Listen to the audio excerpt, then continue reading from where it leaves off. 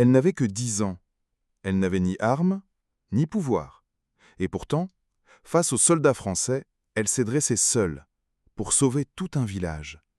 Son nom n'a jamais été inscrit dans les manuels. Mais aujourd'hui, vous allez l'entendre. Nous sommes en 1943, dans le Sénégal colonisé par la France. La Seconde Guerre mondiale fait rage en Europe, mais en Afrique, une autre guerre, plus silencieuse, plus sourde, broie les vies dans l'ombre. Dans le petit village de Koulourou, à quelques kilomètres du fleuve Casamance, les colons réquisitionnent les hommes, pillent les greniers, imposent le silence. Les femmes pleurent en silence, les anciens baissent les yeux, et les enfants grandissent dans la peur. Un jour, des soldats français arrivent. Leur mission, réquisitionner les jeunes hommes du village pour les envoyer de force sur le front européen. Ceux qui refusent disparaissent. Mais dans ce village oublié par l'histoire, une fillette au regard de braise se dresse. Son nom, Aminata Sou.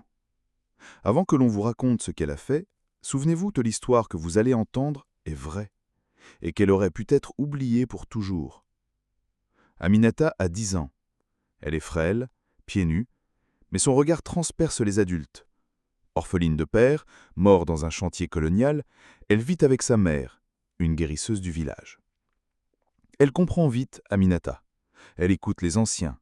Elle voit les soldats rôder. Elle sait lire la peur sur les visages.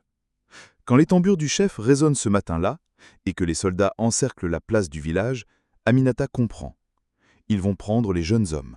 Ils vont prendre ses frères, ses cousins. Ils vont briser ce qui reste. Alors elle court. Pas pour fuir, mais pour agir. Tandis que les soldats alignent les hommes, Aminata se glisse entre les cases. Elle court jusqu'à l'arbre à palabres. Elle monte dessus, le cœur battant. Et là, face aux armes, face aux uniformes, elle crie. Elle crie en langue peul, en mandingue, en français. Elle hurle la vérité, que ces hommes sont des pères, des fils, des maris, que ce n'est pas leur guerre, que prendre un homme, c'est tuer une famille. Au début, les soldats rient. Puis le silence tombe. Et le commandant, un certain lieutenant Giraud, blanc, moustachu, s'avance et ordonne qu'on fasse taire cet enfant.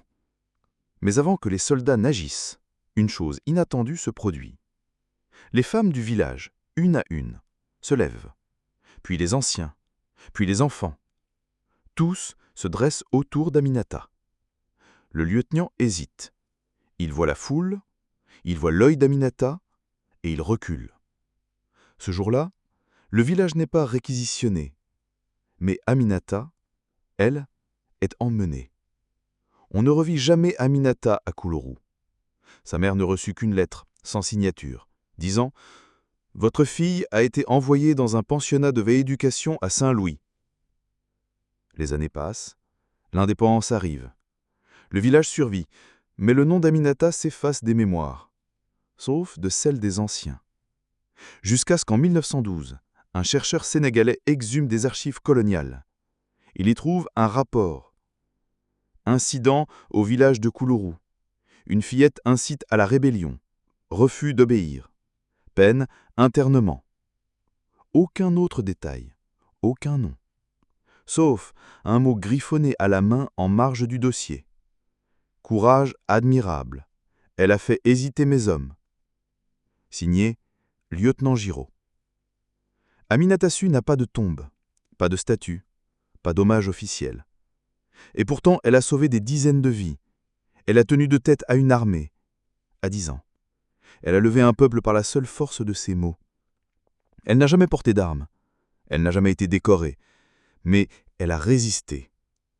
Et aujourd'hui encore, dans les ruelles de Koulourou, les anciens murmurent son nom quand le vent se lève. Il existe des héros dont l'histoire ne retient rien, pas même un prénom. Mais nous avons le devoir de les rappeler la mémoire.